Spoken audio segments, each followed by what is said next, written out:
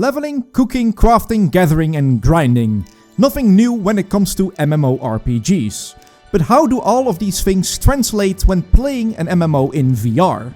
Well, now we can experience that ourselves with the release of Zenith, a new MMORPG made for VR, and in this video I am going to give you an impression playing the first 10 levels.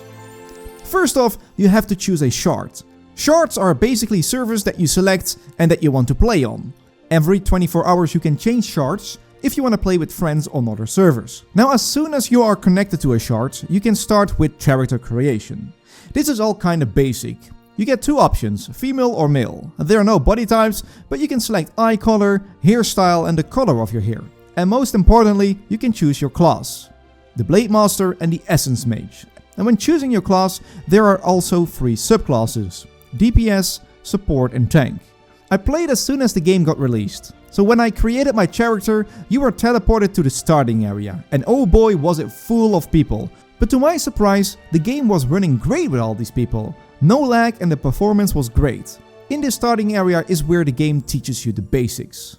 Now, playing an MMO in VR, everything is new. The way you move, the way you have to cast spells, the way you interact. And well, let me start by approaching NPCs. To interact with them, you don't press a button, you have to wave at them, and such small things make it so good for me. And once you get past the starting area, you are teleported to the real world, so to say.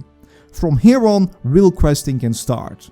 Although all quests in the beginning till level 5ish feel all like a tutorial, as there is just a lot to learn. First off, casting spells, for example, it's not just pressing buttons. You can cast different spells by using different gestures with your hand. With my character, for example, holding down trigger, I can throw a ball to my enemy or allies and give them a small heal or damage. By holding down the grab button and swinging my hand up, I can cast an AoE healing spell that also damages enemies. Swinging my hand to the left will cast a wind wall that slows enemies, and swinging my hand down casts an ice spell. This is something I really had to get used to. But you slowly unlock skills so you can get acquainted by them one by one. But trust me, I sometimes still cast the wrong spells to my enemy. But it all adds an extra skill level too, and I like it. Besides learning how to cast, you are also introduced in the first couple of levels on how to fly. And that is so cool. Instead of just mounting and getting faster, no, you have to fly. A little bit like Genshin Impact. And flying around the map with your bodies is just great.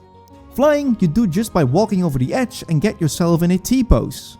Now I highly suggest putting the flying options as strafe, as it gives you a bit more flexibility. You can do that in the options. It took me a bit to get the hang of it, but the quests will teach you how to fly. I, for example, love the early quests that let you fly through yellow circles. That's all to learn in the early levels? Nah, cooking in VR gives this MMO another dimension. First you have to buy ingredients, or you can also find certain ingredients in the world, gather them and level up those skills. Now once you have the ingredients, you can pull out your cooking station. In the cooking station you can select what you want to make. Let's say you want to make a cookie. You put the flour in the pan, milk in the pots and sugar in the cauldron. And then you get the battery to boot up your cooking station. Now keep your eyes on the meters, because you have to flip things and switch buttons to get everything in control. And once all is ready, you put everything in the cauldron, and there you go, you have a cookie that will boost your stats.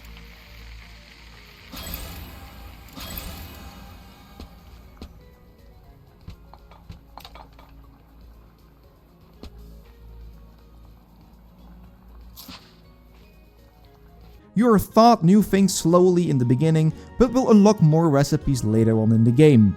Now enough learning. Is there also something to fight? Yes, there is. Now in the beginning it's more like kill 10 of these and kill 10 of that.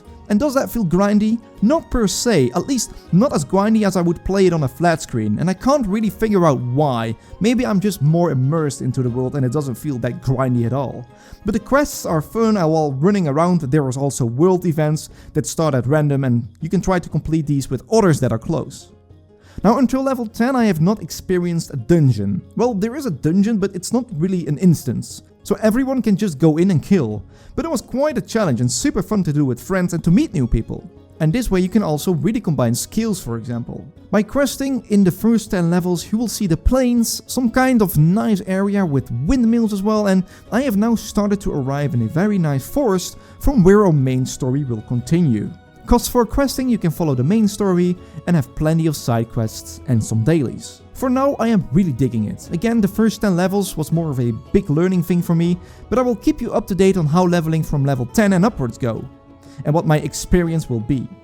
Let me know in the comments what class you choose and what your experience is until now. What is it that you find most interesting about this game? And don't forget that if you want to keep up to date with the latest PC VR updates, subscribe to this channel to see the new stuff on your feed. Hope to see you all in the next video. Ciao ciao.